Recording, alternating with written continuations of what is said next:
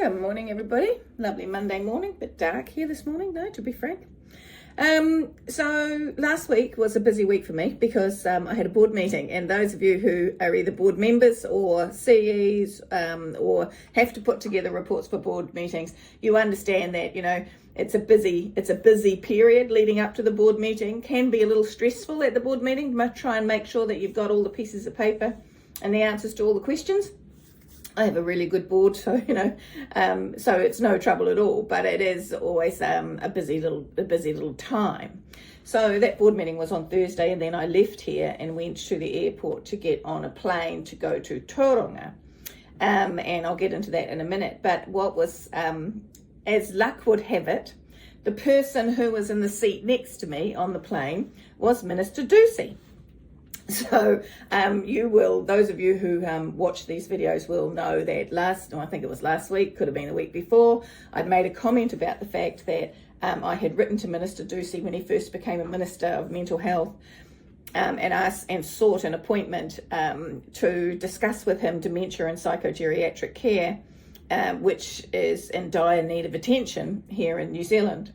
Anyway, and I received I can't remember whether I got a decline letter or whether I just never got anything else back. But anyway, I never got to see Minister Tracey. So, interestingly enough, he sat down on a plane on the plane next to me. And of course, I know Mr. Tracey, I know Matt from Parliament, and so we were chatting, and I said to him, I asked to see you, and I didn't get a response, or I got a no, and I do understand how that happens when you're a new minister. It's not directly in your portfolio. Or what's interesting is people don't think that dementia and psychogeriatric care fit into the delegations that he, as an Associate Minister of Health with responsibility for mental health, got. So what is possible is that a private secretary decided that, well, it's not this minister's portfolio, so we don't need to have this meeting. Anyway, long story short, I'll write again to Minister Tracey, and I have confidence that now he and I have had a chat, and now that he's been travelling the country and is very aware that there is a challenge, there's lots of challenges around dementia care and psychogeriatric care, particularly in rural and regional New Zealand, but actually across New Zealand, average 6-month wait list to get into secure dementia care across New Zealand. He and I will have a chat about how to continue to build what is the members of Cabinet who understand the challenges and the solutions, because it is the whole of Cabinet that has to be convinced to support a solution, and that solution generally involves some form of cash. So the more members of Cabinet that understand the problem, then the burden of trying to explain it is taken off a single minister, and we can help that minister by spreading the understanding around the Cabinet members. But I was in Tauranga because I stayed there. I have an older sister there, so I stayed with my older sister, and then I drove through to Matamata to what was the Zone 3. I don't know what you would call it. So Zone 3 of grey power is obviously around about, I guess it's about 10, maybe 15 different little branches of grey power, and the leadership of those branches come together for combined meetings, so that then they can pass up from their zone up to the head of the Federation. What are the challenges? What are the topics? What are the issues that they want to take forward? And this particular meeting in Zone 3 was about local body elections and also central government elections next year.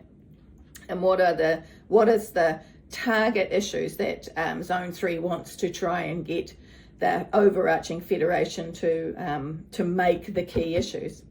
So I was speaking to them, you wouldn't be surprised to know, around aged residential care. So I'm pleased to say that Zone 3 has decided that aged residential care is the topic that they will be asking the Federation to make one of the main topics for the 2026 general election. And I also mentioned that there are things that local government can do when it comes to the provision of aged residential care, and that is to remember it when they're doing the annual planning. So people tend to, ask where will hospitals be, where will schools be, and they get the demographics for that. But there's very few, if any, local government or councils that actually asks for where will residential care be. And considering that we have an ageing population, much of it is rural and regional, and 25 to 28% of the over 85s of that demographic are going to need residential care, it's a pretty big issue for local government because it affects their community drastically.